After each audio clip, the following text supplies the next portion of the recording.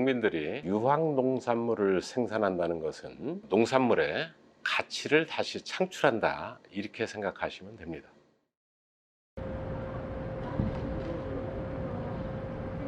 안녕하십니까. 건강과 행복을 위한 유황규산 오복이 전도사입니다. 2003년 드라마 대장금 중종 임금이 오랫동안 감기로 고생을 하고 나서 기력이 많이 쇠해지니까 유황, 오리를 요리를 해서 기력을 회복했다, 이런 장면이 기억이 납니다. 이와 같이 유황은 우리 인체에 많은 도움을 주고 있는 걸로 예로부터 잘 알려져 왔습니다. 최근에는 이런 유황을 과일이나 채소에 적용해서 치유 먹거리, 웰빙 먹거리로 생산을 하는 농가가 많이 늘어나고 있는데요. 오늘 이 자리에서는 유황규산을 개발해서 농민들에게 보급하고 좋은 먹거리 생산에 기여를 하고 있는 백낙영 선생님을 모시고 자세한 이야기를 나눠보도록 하겠습니다. 백낙영 선생님, 안녕하십니까? 네, 안녕하십니까. 충북대학교 공과대학원에서 정노희 교수님 지도하에 이동규 교수님을 모시고 박사과정 중에 있는 백낙영입니다. 앞서 말씀드렸듯이 유황규산이 웰빙 먹거리, 건강 먹거리를 만드는데 매우 유용하게 사용되고 있는 것으로 보입니다. 그럼 구체적으로 유황규산 오복이 어떤 제품입니까? 유황을 세계 최초로 이온화 또 수용화한 제품입니다. 유황은 인체 및 동식물의 필수 원소입니다. 그러나 유황은 불용성이고 물에 녹지 않아서 사용하는데 매우 어려움이 있었습니다. 이것을 저희 대학원에서 교수님과 제가 이온화 수용화해서 안전하고 사용이 편리한 이렇게 물질을 만들게 된 것입니다. 네. 좀 전에 이제 세계 최초다 이렇게 말씀을 해 주셨는데, 가끔 제가 동네 어귀에 들어가다 보면 석회 포대가 쌓여 있고 그것을 농민들이 유황하고 이렇게 섞어 가지고 분말로 된 걸 갖다가 농작물에 이렇게 뿌려주는 걸 가끔 봤거든요. 그거하고 이거는 차이가 있다, 이런 말씀인 거죠? 네, 맞습니다. 옛날에 그 유황은 뿌리면 가루가 호흡기를 통해서 인체에 들어가면은 아주 독성이 강했었죠.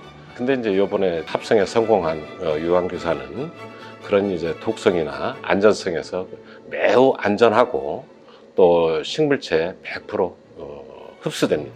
이온화되어 있는 상태이기 때문에 섞었을 때 어떤 층분리가 일어나지 않고 침전물이 생기지도 않고, 그래서 그걸 갖다가 농작물에 뿌리면 해가 그만큼 줄어들 것이다, 이렇게 이해하면 되는 건가요? 실제 줄어듭니다. 네, 그렇군요. 제가 미리 샘플을 한번 봤는데요. 이게 바로 그 이온성 유황규산인 거 맞는 거죠? 네, 맞습니다. 한번 좀 설명을 좀 해주시죠. 유황은 원래 이제 물질의 크기도 크고 물에 녹지 않는 특성이 있었습니다. 그래서 실질적으로 이제 농가에서 사용할 때 굉장히 이제 그 사용에 어려움이 많았었죠. 그다음에 또 사람이 유황을 섭취하고자 할 때도 섭취에 굉장히 어려움이 많았었습니다. 근데 이제 그런 걸 갖다가 저희가 이온화 수용화 하면서 모든 걸 해결했습니다. 층분리가 일어나고 침전물이 없다. 다시 말씀드려서 기존의 유황 제품으로 팔리던 것들은 이런 식으로 이제 층분리가 일어났는데, 이런 것들은 전혀 층분리가 없다, 이렇게 이해하면 되는 거죠? 네, 맞습니다. 연면에 만약에 시비를 했을 때 어떤 효과가 있을까요? 100% 다 흡수가 되는 건가요, 이거는? 예, 100% 다 흡수되고 또 약해나 약흔이 없습니다. 그리고 안전합니다. 그렇게 되면은 항공방제 할 때도 침전물이 없으면 노즐이 막히지 않고, 그러니까 대량 살포도 가능한 거네요. 네, 맞습니다. 유황규산을 만약에 이제 과일이나 채소 이런 작물에 뿌렸을 때 유황이 어떤 작용을 하고 규산이 어떤 작용을 한다? 유황 같은 경우는 광합성 작용이나 질소 고정, 질소 동화 작용, 아미노산 합성, 폴리펩타이드 합성, 효소 활성, 아주 기능이 다양하죠. 그 다음에 규산 같은 경우는 식물체 조직에 큐티클층을 형성하고, 그래서 이제 병의 저항성이나 뿌리 발육이 좋아지고 흡인 작용을 통해서 생산량이 증가하고 이렇습니다. 규산을 통해서 병해충에 강한 작물을 만들어낼 수가 있고, 유황을 시비함으로써 맛과 당도가 향상된 건강한 먹거리를 만들 수 있다. 이렇게 간단히 이해하면 되는 거네요. 네. 아, 그러네요. 자, 그러면 또 다른 질문을 한번 드려볼게요. 요즘같이 공해도 많고 스트레스도 많고 그러니까 사람들이 사실 먹거리에 신경을 많이 쓰거든요. 유황 농산물 어떤 필요성이 있습니까? 유황은 치유 미네랄입니다. 그래서 인체에 가장 중요하고요. 그 유황 농산물을 소비자가 먹었을 때 소비자의 그 안 좋은 쪽이 농산물을 섭취함으로써 치유될 수 있다. 이런 개념입니다.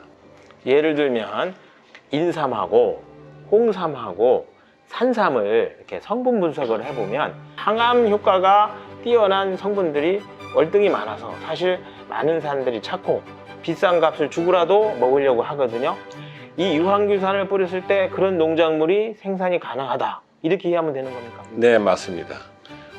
저희 그 유황규산을 뿌리면 어떤 농작물이든지 유황 함량이 검출이 되고 양파나 마늘, 상추, 오이 어떤 작물이든지 유황 농산물이 생산 가능합니다.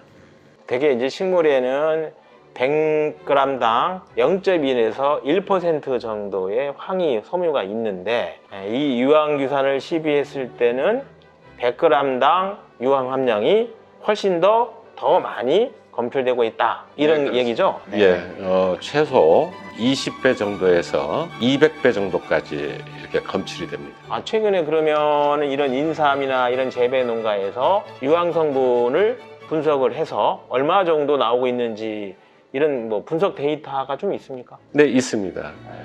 인삼 같은 경우는 100g당 172mg이 검출됐고요. 마늘 같은 경우는 100g당 230mg이 황이 검출됐습니다. 그 다음에 깻잎 같은 경우는 100g당 한 48mg이 검출됐습니다. 고추의 경우는 건고추에서 78mg이 검출되었습니다. 그러나 이거는 사용량에 따라 더 증가할 수 있습니다. 즉 약용 농산물을 생산할 수 있습니다. 굉장히 반갑고 고무적인 말씀인 것 같은데요. 농산물을 재배를 하는 농민들이 유황규산을 시비를 해서 유황 함유량이 훨씬 높아진 건강한 먹거리를 생산을 한다면 결국은 농민들의 소득이 굉장히 향상될 거다 이런 생각이 드는데 어떻습니까? 요즘 재배 농민들의 반응이. 지금 그 농민들이 유황 농산물을 생산한다는 것은 농산물의 가치를 다시 창출한다 이렇게 생각하시면 됩니다.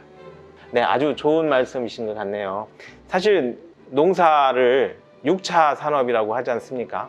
농민은 좋은 먹거리를 생산하고 소비자는 건강에 좋은 먹거리를 먹고 그거를 통해서 소득을 향상시키고 건강을 찾는다면 얼마나 좋은 일이겠습니까?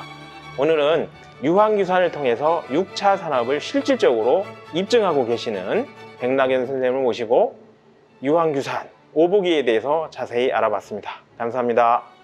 감사합니다.